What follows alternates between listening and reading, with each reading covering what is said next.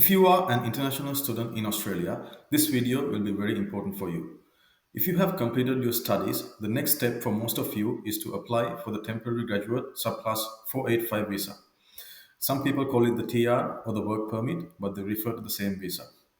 In this video, we will discuss what the different streams available, the eligibility requirements of the visa, and how you can make the best use of your TR visa.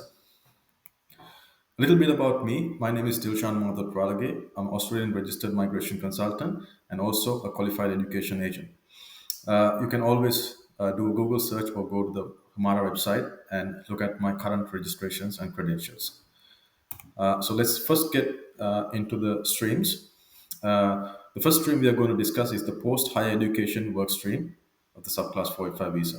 Now, the eligibility criteria is it's usually granted for a period of 2 and 3 years, depending on your qualification. The age limit is 35. You have to be 35 or under when you apply for the visa. And if you have done a master's by research or a PhD, then the age limit for you is 50. So you need to be under 50 when you apply. You have to be in Australia when you apply for the visa. You must currently hold or have held a student visa in the last 6 months. The timing is very important. We have come across a number of people who have missed this deadline because if you go over at least by one day, you won't be eligible for the TR visa. Now, these 2 years can be critical, which we will discuss later in this video. So, currently hold or have held within the last 6 months. You must have completed a degree, which is a CRICOS registered course.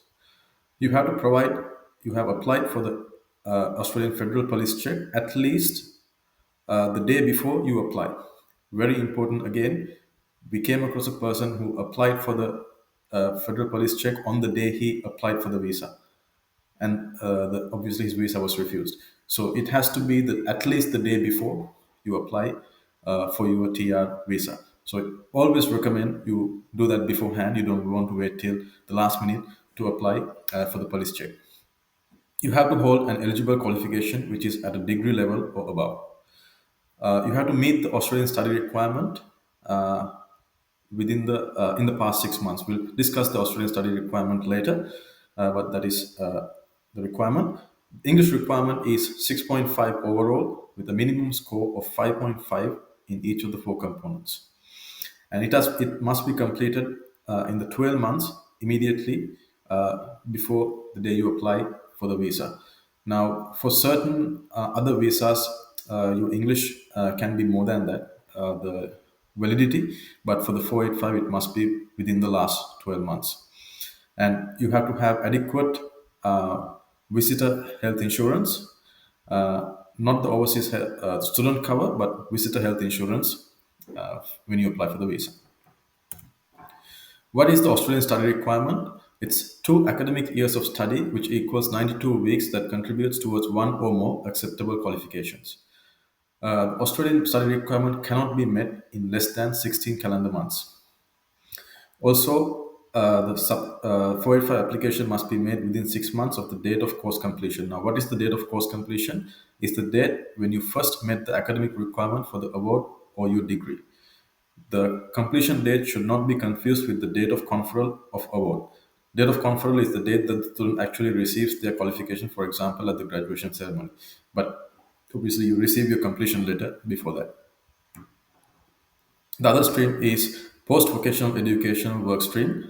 Eligibility criteria, it's granted up to a period of 18 months. Be under 35 when you apply. If you are a hold of a Hong Kong or British national overseas passport, then you can be below 50. It has most of the requirements of the post higher education stream as well.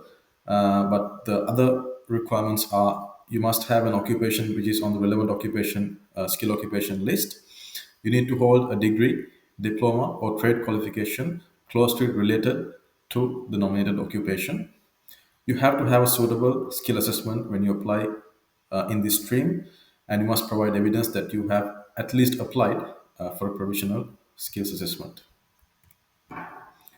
The other stream is the second post higher education work stream.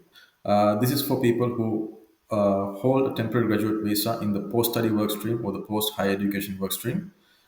You must have obtained your qualification that led to the grant of your first TR visa in the post-study work stream in a designated regional area. You have to have lived in a designated regional area for at least 2 years immediately before applying. If you have worked and studied, it must be in a designated regional area, and you have to have adequate health insurance when you apply for the visa. How can you make the best use of your TR visa? Now, this is very important. This is the time where you need to get yourself prepared for your PR journey. You don't want to waste your TR, or you don't want to wait till the last minute until your 485 expires and then look at options.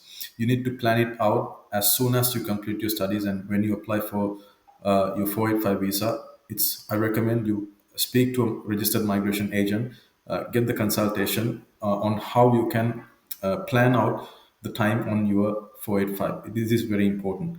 There are so many options you can look at during that time, but you don't want to waste it.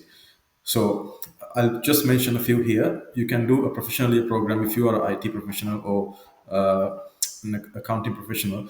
You can do a professional year program, and this will help you get a skill assessment, especially in the IT field. Always check your eligibility for a skill migration via registered migration agent, like I just mentioned, because some of you might have previous work experience before you came to Australia for your studies. So you might actually already be eligible for a PR visa without you knowing. And if you find that out through a registered migration agent, then you can obviously apply for a skill migration visa while you are on your 485. Uh, Work towards getting a skill assessment. If you, this is important when you apply for a skill visa. Try to improve your English scores. Now, English can make a huge difference in the points table when you apply for a skill visa. And also, from my recent experience, most of the states in Australia, they prefer individuals with good English scores. When I mean good, I mean superior English scores of 8 in each band or 79 in PTE. So try a couple of times, 3 times to improve your English scores, which will come in handy later down the line. Get relevant work experience relevant to your academic qualification. Now, you need to first check if the career outcome of your completed qualification has an occupation in the occupation list. If you have, then I highly recommend you get the relevant work experience during your 485 visa. Even if you start off as a volunteer or a casual, that's fine. But as long as you don't do other jobs and try to stick to your relevant work experience, it will definitely help you. Also, you can do a course leading to PR. If you don't have PR pathway from your original qualification, you can study a course leading to PR. For example, I'll just take an example, the popular one here, the graduate diploma in early childhood education. We have some institute affiliations with where we can enroll you in that course and also provide some attractive scholarships. So that is just an example, just one qualification which can get you on the track for your PR. Find an employer who might be willing to sponsor you. Employer sponsored visas are a great option when it comes to applying for your PR. Needless to say, it's less competitive. The English requirement is lower when compared to a skilled visa. So, if you can find an employer who's willing to sponsor you, that will be a great option. Now, as a migration agent, I can give you some tips when you on how you can convince your employer to sponsor you, because most employers do not know about the employer sponsored visa process, so they're quite reluctant to sponsor workers. So if they are aware of the process, they might be more willing to sponsor you as an individual. And also sponsoring workers can also help employers indirectly. How can you contact us? You can book a consultation with myself.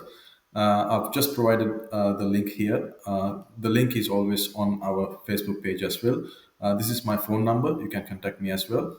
So, all the best if you have completed your studies in Australia, the next step is the 485. And if you want help with applying for your 485 and also planning out your pathway towards your permanent residency, reach out to us and we will assist you.